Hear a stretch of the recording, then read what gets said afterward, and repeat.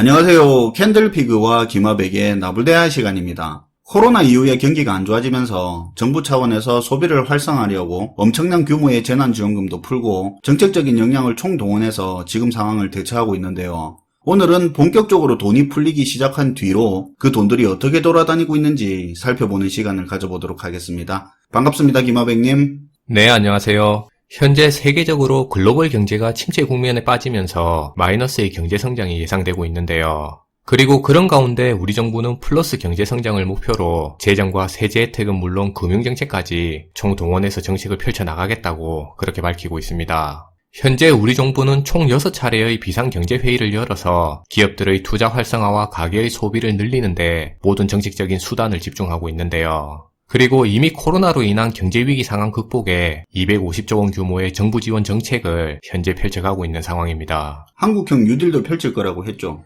네, 말씀하신 것처럼 더 나아가 향후 5년간에 디지털 뉴딜과 그린 뉴딜 등의 한국형 뉴딜 사업 등을 펼쳐서 76조 원 규모의 돈을 추가로 더 투입할 계획이라고 밝혔는데요. 결론적으로 코로나로 인한 경제위기 극복과 코로나 이후의 경제성장 기반을 다지는데 총 330조 원에 이르는 돈을 풀어서 쏟아붓겠다는 계획을 밝히고 있습니다. 그리고 이 중에 250조 원 규모는 이미 투입됐거나 투입이 진행되고 있는 상황이라 사실상 이미 어마어마한 규모의 돈이 시장에 풀려나간 상황이라고 볼 수 있어요. 네, 이제 본격적으로 시장에 돈이 풀리고 있는데 실제로 시장이 어떻게 변해가고 있는지가 궁금하네요. 네. 그럼 이제 이렇게 풀린 돈들이 실제로 시장 상황에서는 어떻게 흘러가고 있는지 그 부분을 얘기해 볼 텐데요. 지난 3일에 발표된 한국은행의 발표에 따르면 앞에서 말한 정부의 막대한 돈 풀기 정책에도 불구하고 시중에서는 역대적으로 가장 느린 속도로 돈이 유통되고 있는 걸로 나타났습니다. 돈이 느린 속도로 유통된다는 말은 지금 거래가 적다는 말 아닙니까? 그렇죠. 지난 1분기에 통화 유통 속도는 0.64를 기록하게 되면서 2008년의 글로벌 금융위기 때인 0.78보다도 더 낮은 수치를 기록하게 됐는데요. 결과적으로 정부는 막대한 규모의 돈을 시장에 공급하기는 했지만 정작 그렇게 공급된 돈들은 소비와 생산을 위한 투자에는 직접적으로 투입되지 않아서 돈이 실물 경제에서 원활히 돌아다니지 못하는 결과가 나타나게 됐습니다. 결국 이 말은 시장에서 돈의 유통되는 속도가 느려지게 된 만큼 우리 경제의 활력도도 떨어지게 돼서 현재 우리나라의 경제 흐름이 원활히 돌아가지 않는다는 의미를 가지게 됐어요. 돈의 유통 속도가 경제 활력도랑 직접적인 연관이 있는 거네요. 네. 일반적으로 통화의 유통 속도는 일정한 기간 동안에 통화가 시장에서의 거래에 사용되는 횟수를 나타내는 지표인데요. 그러니까 통화의 유통 속도가 증가한다는 말 자체는 통화가 시장 거래에서 사용되는 횟수가 많아지고 있다는 의미를 가집니다. 반대로 통화의 유통 속도가 감소한다는 의미는 통화의 거래 횟수가 감소하는 걸 나타내는데요.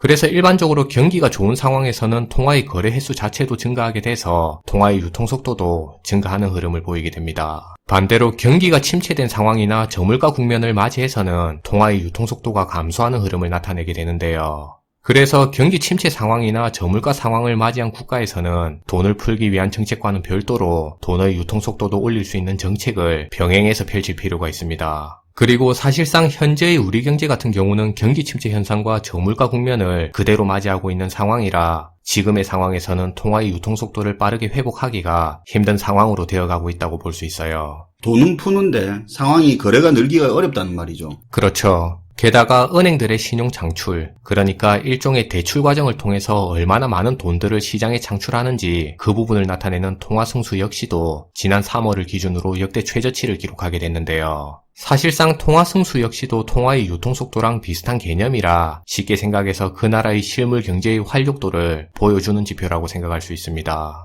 그래서 이번에 발표된 통화 승수의 감소는 현재 우리나라의 경제 활력도가 역대 최저치를 기록한 거라고 그렇게 이해할 수 있는 내용이에요. 지금 정부에서 돈을 엄청나게 풀고는 있는데 지금 거래가 없다는 거잖아요. 그렇죠. 근데 재난지원금 풀고 사람들 밖에서 이것저것 사고 소비도 활성화되기 시작한 거 아닙니까? 그렇게 느껴지는데요.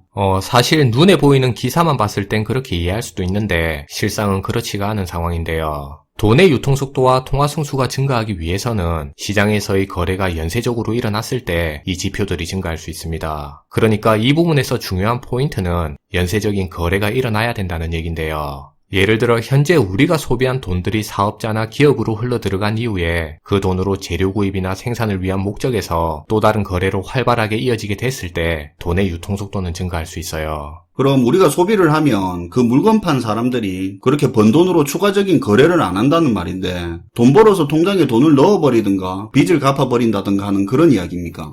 그렇죠. 그래서 전체적으로 봤을 때 그런 일들이 많아지게 되면 시장에서의 거래는 줄어들게 되면서 돈의 유통속도도 떨어질 수 있어요. 그러면 거래가 적으니까 경제 활력도가 떨어지고. 네. 그래서 단순히 우리가 현금을 많이 썼다고 해서 통화가 잘 돌고 있다고 보기는 어려운 건데요.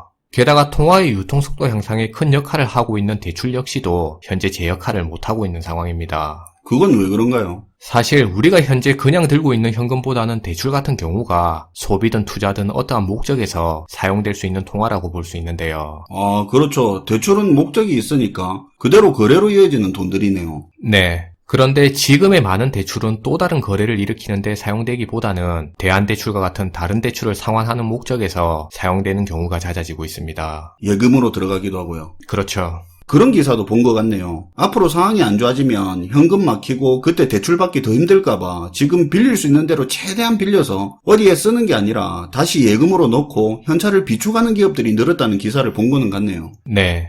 그래서 현재 눈에 보이는 현상하고는 다르게 시장에서는 거래가 많이 줄어드는 현상이 나타나고 있어요. 어쨌든 제 역할 안 하고 멈춰있는 돈들이 많다는 거네요. 네, 맞아요. 그리고 이렇게 떨어지고 있는 통화의 유통속도와 통화 승수와는 다르게 반대로 시장에서의 부동자금은 빠르게 증가하고 있는데요. 지난 3월을 기준으로 현금과 예금을 포함한 부동자금의 규모는 역대 최대치인 1100조 원을 넘긴 것으로 기록됐습니다. 아무래도 정부의 대규모 돈풀기 정책과 연이은 기준금리 인하에 따라서 부동자금의 증가 속도가 빠르게 진행됐다는 평가가 있어요. 그러니까 돈은 계속 풀리는데 거래가 적으니까 부동자금의 규모가 증가한다는 그 말이죠. 네. 특히나 올해 2월 같은 경우에는 한 달 새에만 부동자금이 47조 원이나 늘면서 사상 최대치의 부동자금 증가폭을 기록하기도 했는데요. 그리고 일부 전망에서는 이렇게 늘어난 부동자금들이 증시나 부동산 시장으로 흐를 가능성이 있다고 전망하고 있어요. 왜냐하면 현재 실물 경기가 침체된 상황에서 유동성은 풍부해진 만큼 갈 길을 잃은 돈들이 증시나 부동산 시장으로 흐를 가능성이 있다고 보고 있기 때문인데요.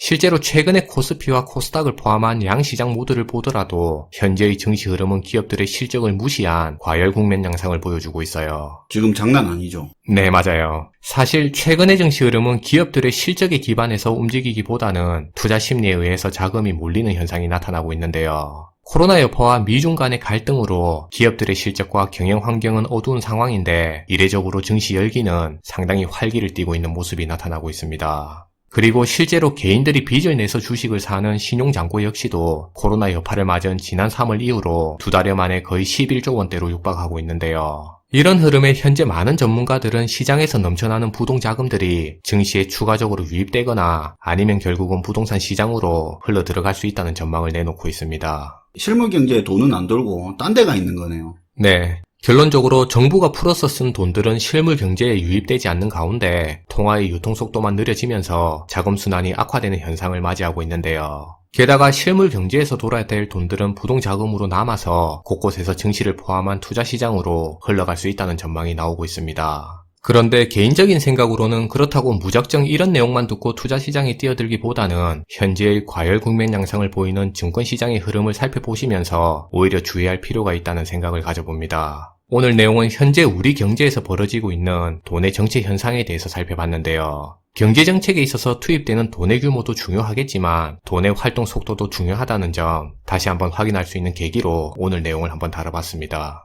네, 오늘도 잘 들었습니다, 김하백님. 네, 감사합니다. 사실 거래가 활성화되면 인플레이션이 일어나는데요. 그 역할을 하라고 재난지원금도 풀고 그랬죠. 근데 최근 기사를 보면 지난달 재난지원금 풀고 그걸 우리가 썼음에도 실제로 5월 소비자 물가지수는 전년 대비 0.3% 하락하면서 역대 두 번째 마이너스 물가를 기록했는데요. 1965년 통계 작성이 시작된 이후로 작년 9월 마이너스 물가가 발생하고 8개월 만에 올해 5월에 발생을 했습니다. 세부적으로 보면 공업제품 물가가 많이 떨어졌고 반면에 신선식품, 축산물 구입이 늘어서 이 부분은 3% 이상 올랐다고 합니다. 우리 같은 최종 소비자가 돈을 쓴다고 돈이 도는 게 아니라 판매자도 도매상도 모든 과정에 있는 사람들이 같이 소비와 투자를 해야 돈이 돈다는 부분 기억해 주시면 좋을 것 같습니다. 시청해 주셔서 감사하고요. 지금까지 김화백 캔들피그의 나불대한 시간이었습니다.